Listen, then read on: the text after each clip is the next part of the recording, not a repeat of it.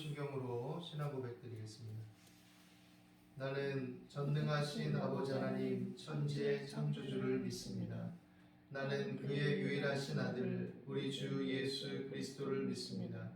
그는 성령으로 잉태되어 동정녀 마리아에게서 나시고 본디오 빌라도에게 고난을 받아 십자가에 못 박혀 죽으시고 장사된 지 사흘 만에 죽은 자 가운데서 다시 살아나셨으며 하늘에 오르시어 전능하신 아버지 하나님 우편에 앉아 계시다가 거기로부터 살아있는 자와 죽은 자를 심판하러 오십니다.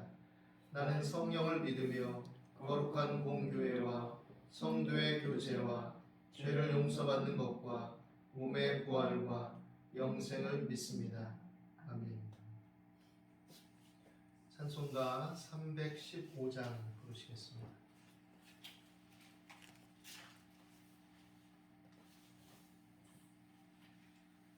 (315장입니다) 내 주 되신 주를 참 사랑하고 곧 그에게 죄를 다 고합니다. 그 은혜를 주신 내 예수시니 이전보다 더욱 사랑하. 기도하겠습니다. 사랑과 은혜가 풍성하신 하나님, 그 크신 은혜와 사랑에 감사와 찬송을 드립니다. 우리는 연약하고 부족하여서 환경이 바뀌고 삶이 바뀌며 신변의 변화가 있으면 이리저리 흔들리고 요동할 때가 있지만 하나님은 변치 않는 사랑으로 어느 때에든지 우리 약함과 허물과 죄에도 불구하고 끊임없는 사랑으로 우리를 붙드시며 오래 참고 기다리시며 안위하시고 긍휼을 베푸시며 인도하여 주심을 인해 감사와 찬송을 드립니다.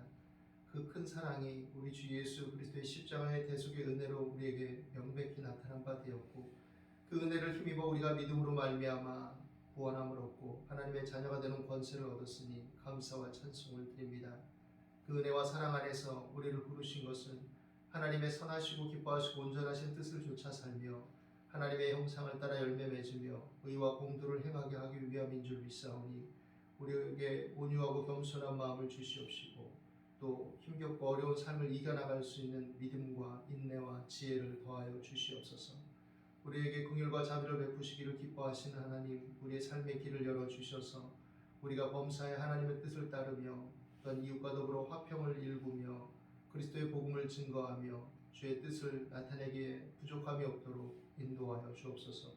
오늘도 하나님을 예배하기 위해서 각 처소에서 마음을 모으고 하나님을 향할 때 우리가 다 머리 대신 그리스도 예수 안에서 각지체로 아름답게 연합되게 도와주시옵시고 또 여러 삶의 형편 속에서 또 코로나의 대유행의 현실과 상황 속에서 우리가 하나님의 자녀됨의 본분을 잃지 않고 하나님의 뜻 안에 견고하게 서서 각기에 맡겨진 분량과 지혜대로 주의 기뻐하심을 따르게 도와 주시옵소서. 삶의 어려움들을 살펴주시고 긍휼과 자비를 베풀어 주시며 오늘도 주의 말씀 안에서 그 은혜를 힘입고 강하고 담대하게 하여 주옵소서. 함께 하심을 감사합니다. 예수 그리스도 이름으로 기도드립니다. 하나님 말씀 보시겠습니다. 오늘 우리가 함께 나눌 말씀은 구약성경 열왕기상 21장 1절에서 10절입니다.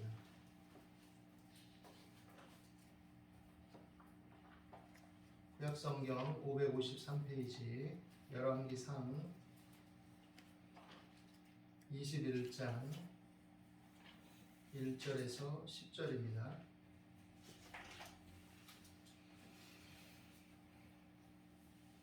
같이 읽겠습니다.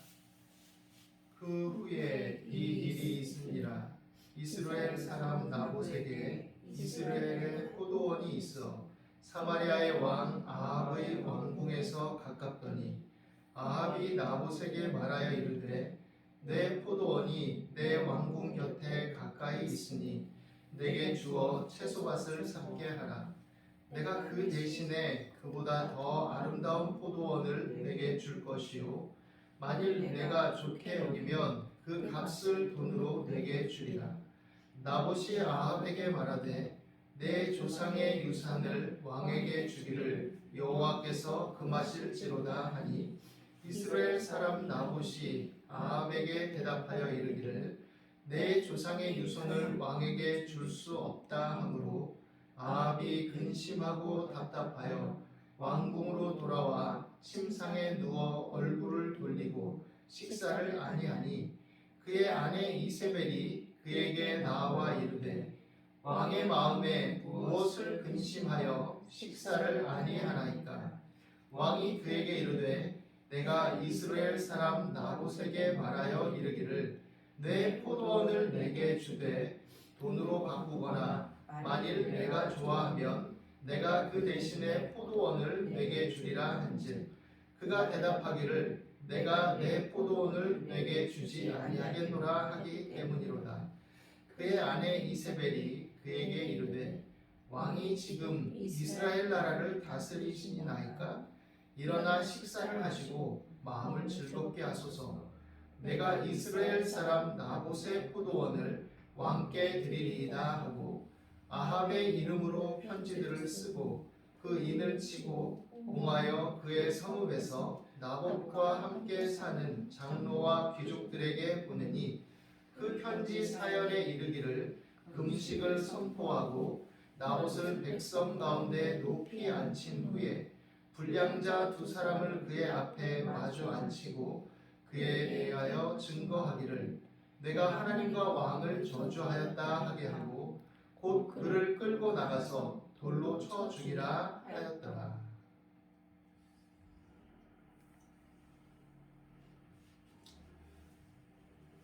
전후 사정을 다 모르고 그냥 오늘 우리가 함께 읽은 이 본문만 가지고 생각한다 할지라도 뭔가 조직적이고 또 악한 일이 자행되고 있음을 볼 수 있습니다. 왕이 자기 욕망이 실현되지 않고 그것을 인해서 화가 나고 마음이 불편해서 먹지 않고 누워 있을 때 왕비인 그의 아내가 그 자초지정을 듣고 내가 알아서 해결해 주겠다 하죠. 그리고 왕의 어떤 이름으로 된 조서를 작성해서 이제 백성의 지도자들, 장로와 귀족들에게 보내고 또 그것이 잘못된 것임에도 불구하고 불량한 사람 2명을 증인으로 내세워서 어떤 한 사람을 아주 가혹하고 냉혹하게 돌로 쳐서 죽여버립니다. 그리고 이제 그 포도원을 탈취하죠. 기쁜 마음으로, 편안한 마음으로. 왜 이런 일이 자행되는 것일까? 사실 이런 일을 자행한 사람들 전부 어떤 사람들이냐? 하나님의 백성임을 자임하고 있고 하나님의 택한 백성이라고 일컬어지는 이스라엘 사람입니다. 이스라엘 백성들이 하나님의 말씀과 그 뜻에 완전히 반하는 그런 행태들을 아주 조직적으로 연합해서 보여주고 있죠. 하나님의 말씀을 떠나고 자신의 힘과 권력과 지위를 남용하고 또 자신들이 어떤 조직적인 힘과 권력에 또 잘 보여서 그 삶을 유지하기 위한 일들이 일어날 때 이런 악한 일들이 나타날 수 있습니다. 물론 표면적으로는 우리가 잘못한 게 아니다라고 말할 수 있죠. 얼마든지 항변할 수 있는 거리들이 어떤 면에서는 있을 수 있을 것입니다.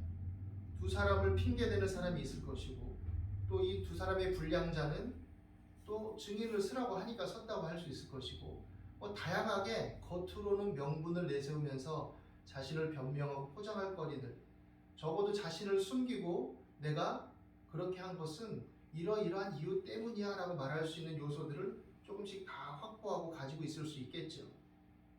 그러나 그들은 조직적이고 완악하게 악을 행한 것입니다. 아합 왕은 하나님의 뜻을 거스리고 또 그 자기 자신을 버리고 영혼을 버려서 악을 행한 왕이라고 평가받는 사람입니다. 이후의 말씀에 보면 이 앞선 말씀의 맥락을 보면은 아람 군대를 2번이나 하나님께서 이기게 해주셨습니다. 아람 군대의 바로 직전 말씀은 아람 군대 2번째 공격과 관련된 말씀인데, 하나님께서 선지자를 통해서 아합이나 그 이스라엘 백성들이 뭐 하나님의 뜻을 잘 따르기 위해서 잘 따르고 바르게 살았기 때문이 아니라, 하나님께서 어쨌든 하나님의 은혜와 능력과 주권을 나타내시기 위해서, 하나님께서 어떤 지역적이고 지역적인 신이 아니라 온 천지 만물을 다스리시는 하나님이심을 나타내기 위해서 섭리 가운데 이 일을 행하신 것이죠. 그래서 선지자를 통해서 이 아합에게 이 아람 군대 베나닷이 아람 사람을 소집하고 나올 때 이들을 다 치라고 명하죠. 그런데 아합이 베나닷을 살려줍니다. 베나닷이 이제 이 아합 왕에게 내 아버지께서 당신의 아버지에게서 빼앗은 모든 성읍을 내가 돌려보내리이다. 또 내 아버지께서 사마리아에서 만든 것 같이 당신도 우리 지역이죠. 우리 땅 다메섹에서 당신을 위하여 거리를 만드소서. 아합이 이 말을 듣고 뭐라고 얘기하느냐? 내가 이 조약으로 인해 당신을 놓으리라 하고 이와 더불어서 조약을 맺고 그를 놓았다라고 성경이 말합니다. 그런데 이것은 하나님의 뜻이 아니에요. 완전히 치고 그 사람을 징벌하고 징계했어야 마땅합니다. 그런데 자기 임의대로 어떤 자기 위신과 어떤 생각과 판단 속에서 순순히 내어주고 오히려 다른 빌미들을 만들어버렸죠. 한 선지자가 이로 인해서 아합을 규탄합니다. 뭐라고 얘기하느냐?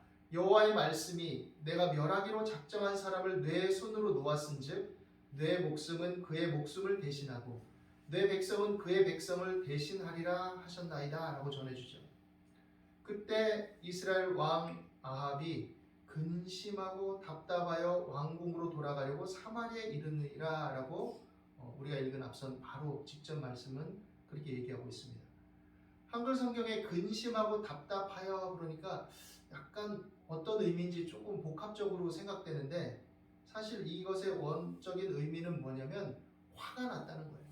화가 나니까 막 근심도 되고 답답하고 분노가 일고 뭔가 마음에 뭐가 얹힌 것처럼 답답하죠. 회개하고 돌이키고 그나마 그런 선포를 받더라도 지당하신 말씀입니다, 제가 잘못했습니다 이런 게 아니라 그냥 화가 나고 이런 일이 벌어진 게 분노가 일어나고 답답한 거죠. 그리고 그 똑같은 말씀이 오늘 우리가 함께 읽은 본문에도 등장하는데, 나봇이 아합에게 포도원을 줄 수 없는 이유를 말하니까 그로 인해서 근심하고 답답하여 라고 성경은 또 얘기합니다. 화가 나고 마음이 엄짱고 분노가 일어나죠. 그리고 왕궁으로 돌아와서 침상에 누워서 얼굴을 돌리고 나 밥 안 먹어 이러고 그냥 삐친 채로 누워있는 거죠. 어떤 면에서는 이 나봇이 뭐 아합 왕의 말을 들으면 좋지 않았을까 하는 생각도 해볼 수 있습니다. 그게 뭐 범죄라고 그냥 좀 좋은 값으로 팔고 뭐 나름대로 이익을 취하고 뭐 그런다고 해서 그게 죄 짓는 것도 아니잖아 이렇게 생각할 수도 있을지 모르죠. 그런데 나봇은 이들 중에 그래도 의로운 사람으로 드러납니다. 왜냐하면 나봇이 왕에 대해서 반응을 보이고 거부한 것은 무엇 때문이었냐면 바로 하나님의 말씀을 지키기 위함이었어요.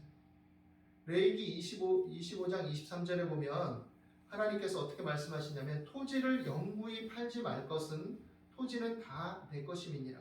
너희는 거류민이요 동거하는 자로서 나와 함께 있느니라 이렇게 말합니다.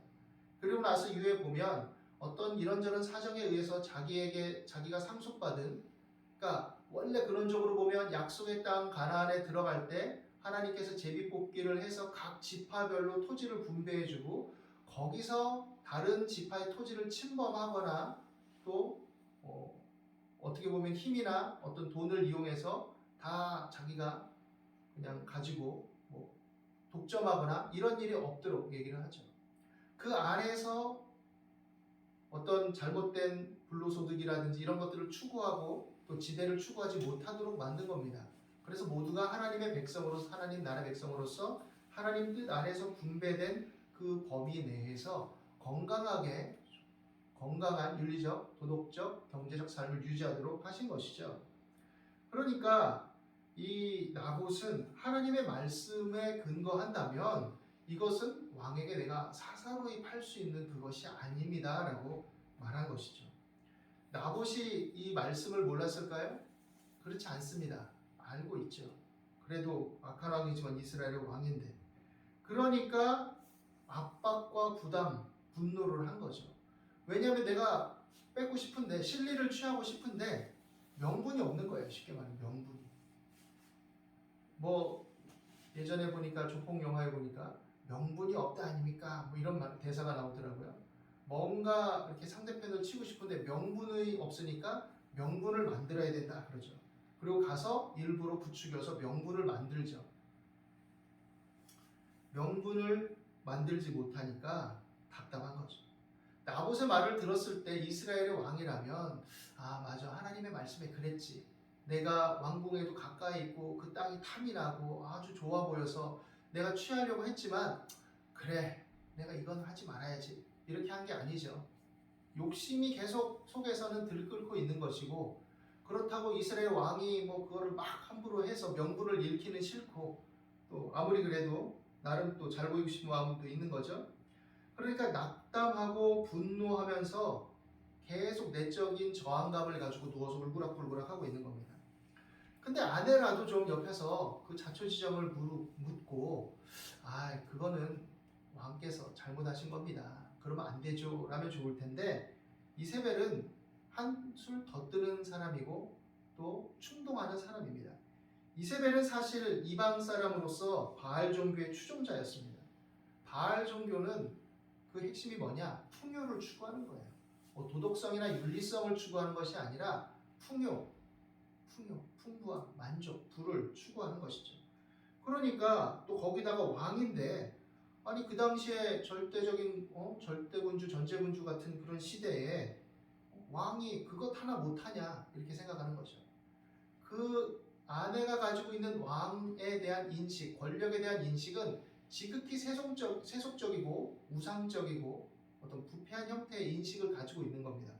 그러니까 내가 권력이 있고 힘이 있는데 내가 하면 되는 거지, 이런 생각을 가지고 있는 거죠. 이스라엘의 왕에게 부여된 정체성과는 전혀 어긋난 거죠. 그러니까 이세벨이 왕에게 말합니다. 아니 당신 이스라엘의 왕이 아닙니까? 뭐 그거 가지고 그럽니까? 자 일어나서 음식 드시고 편하게 마음을 즐겁게 하고 가만히 계세요. 내가 알아서 다 처리해 주겠습니다. 어떻게 보면 참 든든한 아내 같아요. 그죠? 왕이 막 뭔가를 이루어야 되는데 그게 안 되니까 내가 알아서 해준다는 거죠. 현실에서도 뭐 그런 사람이 있으면 얼마나 좋겠어요. 그런데 그로 인해서 뭔가 성취될지라도 그것이 악하고 부도덕하고 다른 사람의 눈물을 자아내고 또 상처를 받게 하고 고통을 겪게 하고 손실을 입게 한다면 잘못된 거죠.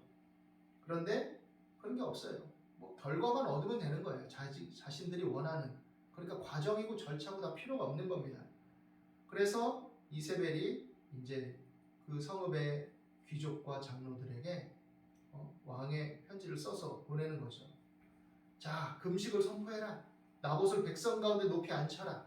그리고 불량자 두 사람을 섭외해가지고 그의 앞에 마주 앉히고 그에 대해 증거하기를 네가 하나님과 왕을 저주했다라고 말하게 해라. 그리고 끌고 나가서 돌로 쳐 죽여라. 두 사람 이상의 증인을 요구하는 이스라엘의 어떤 윤례적인 것들은 무엇 때문이었냐면, 혹시라도 오판하거나 아니면 억울하게 어떤 모함을 겪지 않도록 하기 위해서 두세 사람의 증인을 요구한 거예요. 일반적인 어떤 풍습 속에서도 그렇지만. 그러니까 이것은 오히려 악용한 거죠. 악용한 거. 좋은 법도 어떻게 보면 건강하게 뭔가를 사회적인 안정성을 도모하기 위한 법도 사람이 교활하게 하면 그 틈새를 얼마든지 이용하죠. 아 나는 법을 잘 지켰습니다. 합법적인 테두리 안에서 행했습니다 해놓고 그 합법이라는 테두리 안에서 다른 사람을 착취하고 죽이고 나쁘게 만들고 고통스럽게 만드는 일들이 있습니다. 법이 최선은 아니에요. 법도 빈틈이 있고 거기에 보완이 필요하고 또 시대와 상황에 따른 가변성이 있는 것이죠. 원래 다른 사람을 착취하면서 하기 좋아하는 말이 뭡니까? 법대로 해. 나 법대로 했어. 예전에 어떤 외국계 회사의 경영자가 이런 말을 했다고 그러죠. 아니 당신의 나라에서는 그런 식으로 하지 않는데 왜 한국에서는 그런 식으로 노동자를 대하고 그런 식으로 처리를 합니까? 뭐라고 그랬냐면 한국에서는 그렇게 해도 됩니다. 그건 뭐냐? 한국에서는 그렇게 해도 법의 테두리를 피하고 편법적으로 그렇게 자행할 수 있는 그런 여지가 있다라는 것이죠. 그러니까 이게 참 씁쓸하고 슬픈 일이 아닐 수 없습니다.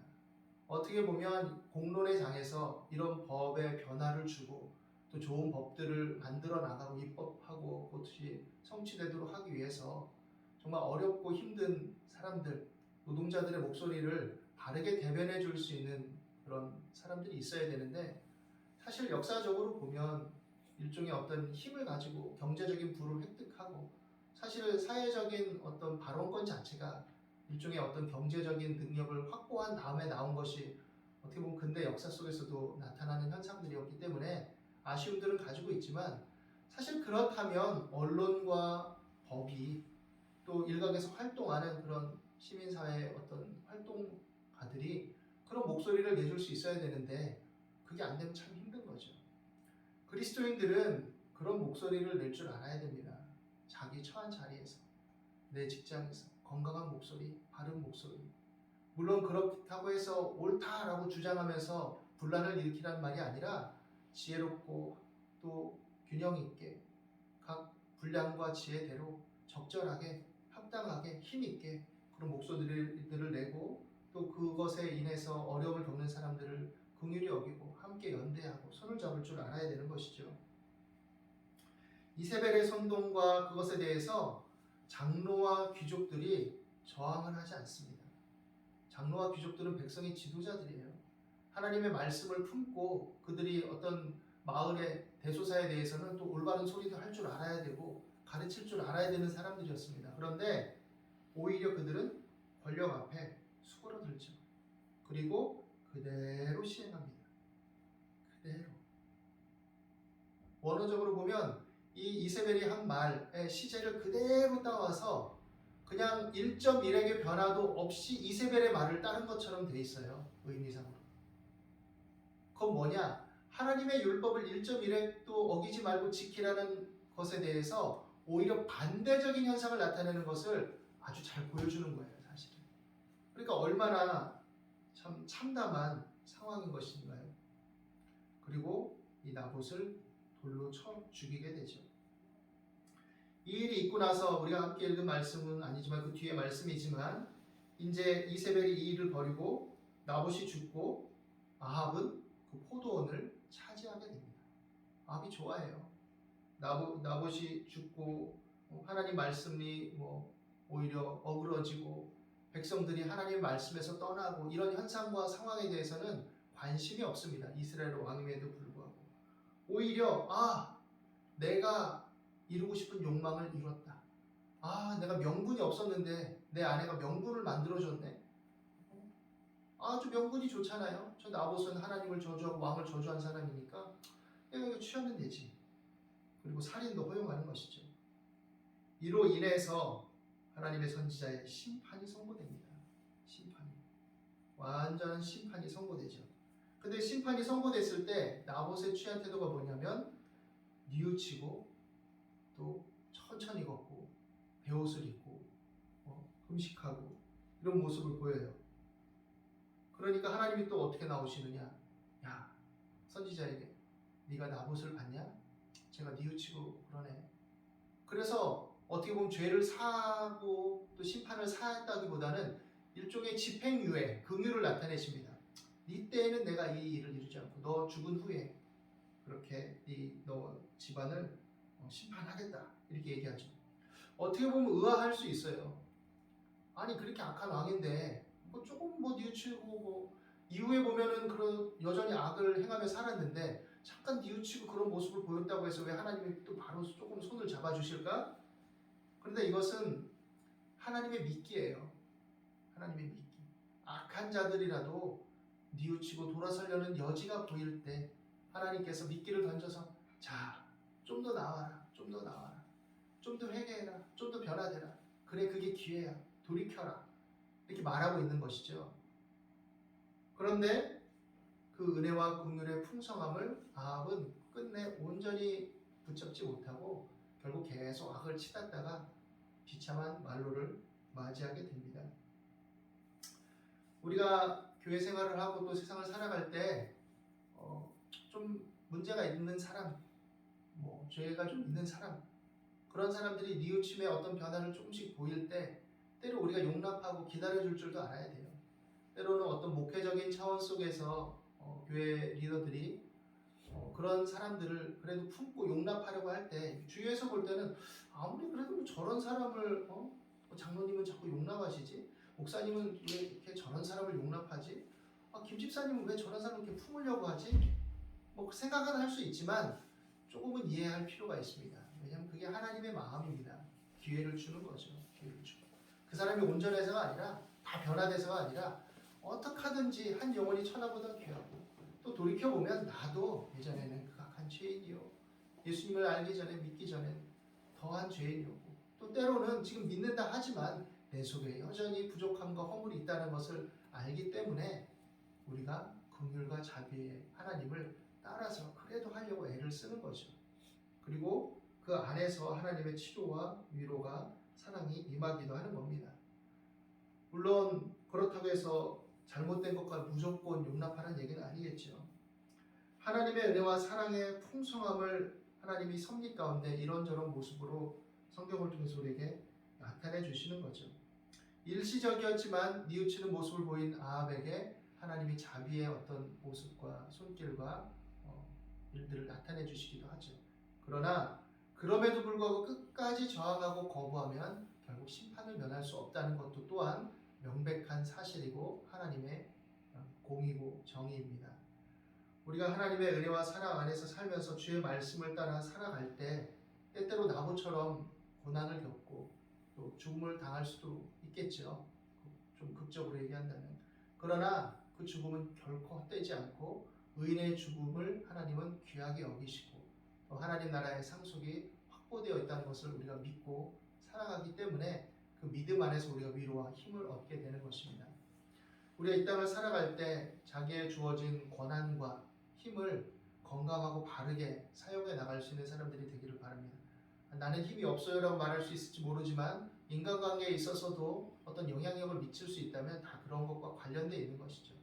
그래서 선한 영향력을 미치기 위해 힘쓰고 하나님의 자녀로서 건강하게 주위의 화평을 도모하고 또 사실 코로나로 인해서 여러 가지 힘겹고 여유가 없어지고 척박한 시대지만 마음의 여유를 잃지 않기 위해서 노력하고 또 서로를 긍휼히 여기고 믿음 안에서 격려하고 사랑하면서 하나님의 의, 하나님의 뜻을 따라 믿음으로 날마다 살아가는 저와 여러분들이 되시기를 바랍니다. 기도하겠습니다. 하나님, 오늘도 우리 가운데 함께 하심을 감사합니다. 어떤 면에선 풍요와 쾌락을 추구하고 살아가는 것이 이 땅에서 최고인 것처럼 보일지 모르겠지만 그러나 하나님은 심판자이시며 하나님은 이 모든 것을 보고 계시는 분이심을 우리가 기억하게 하여 주옵소서. 하나님, 그러므로서 우리에게 베풀어 주신 그 은혜와 사랑 안에서 어떤 사태를 올바르게 분별하게 도와주시고 또 우리가 이 믿음 안에서 온유하고 겸손한 마음과 담대함으로써 하나님의 선하시고 기뻐하시고 온전하신 뜻을 따라 살아가기에 부족함이 없도록 인도하여 주옵소서. 오늘도 주의 말씀 가운데 교통하시고 어려움을 겪는 주의 백성들을 위로하시고 힘을 주시며 감당할 능력을 주시고 또 필요를 채워주시고 돕는 손길을 베풀어 주시옵소서. 오늘도 우리 가운데 역사하시고 은혜를 베풀어 주심을 감사합니다. 예수 그리스도 이름으로 기도드립니다.